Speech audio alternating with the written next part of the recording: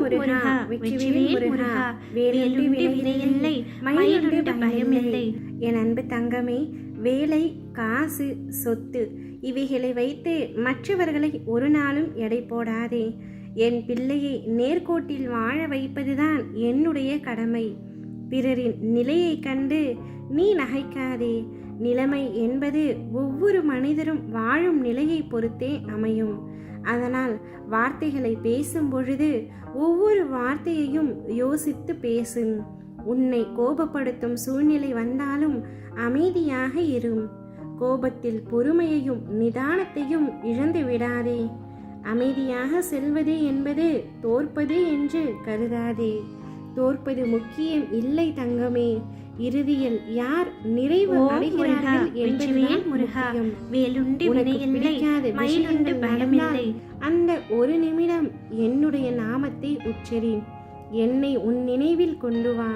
மற்றவை அனைத்தையும் நான் பார்த்து கொள்கின்றேன். நிதானமாக பேசு. எல்லோரிடத்திலும் பொறுமையாக பேசு. இனிமேல் என் நாவில் தோன்றும் சொற்களின் பேரருளை நீ பெறுவாய். நீ எதற்கும் பயப்படாதே, எதற்கும் கலங்காதே. உன்னில் வெற்றி என்ற தீபத்தை நிச்சயம் உன் அப்பா நான் ஏற்றுவேன். உன்னுடைய ஒழுக்கத்திலும் உன்னுடைய நேர்மையிலும் உன்னுடைய உண்மையிலும் தான் உன்னுடைய வெற்றி மறைந்துள்ளது என்பதை உணர்ந்து கொள். நீ உன்னில் பார்க்கும் அனைத்துமாய் அகிலத்தின் ரூபமாய் உனக்கு அப்பா நான் இருப்பேன். உன்னுடைய பொறுமை, எதையும் எதிர்நோக்கி தாங்கும் உணர்வு அனைத்தையுமே நான் அறிவேன். என்னுடைய பரிபூரண அருளும் ஆசீர்வாதமும் அன்பும் எப்பொழுதும் உனக்கு துணையாக இருக்கும். நீ உன்னுடைய வாழ்க்கையில் நன்றாக வளர்ந்து வெற்றி பெற போகின்றாய். வாழ்க்கையில் மிக முக்கியமாக நிதானத்தை கடைபிடி. அது உன் வாழ்க்கைக்கான பொக்கிஷம். நீ வேறு எதையும் யோசித்து குழப்பிக் கொள்ளாதே. தினமும் திக்கற்ற காடுகளில் நிற்பது போல கடினமான சூழலில் நீ நிற்கின்றாய் என்பதை நான் அறிவேன். அதற்காக வருந்தாதேன்.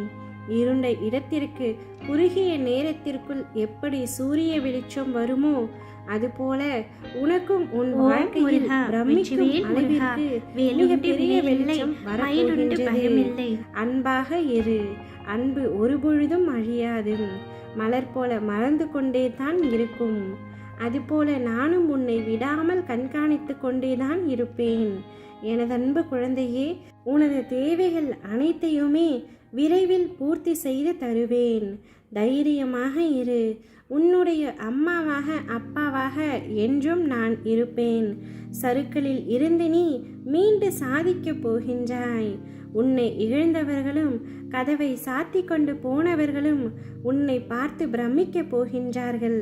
அதுவரை நான் சிறிதும் அயராது உனக்காக உழைக்கப் போகின்றேன். நீ தைரியமாக இரு.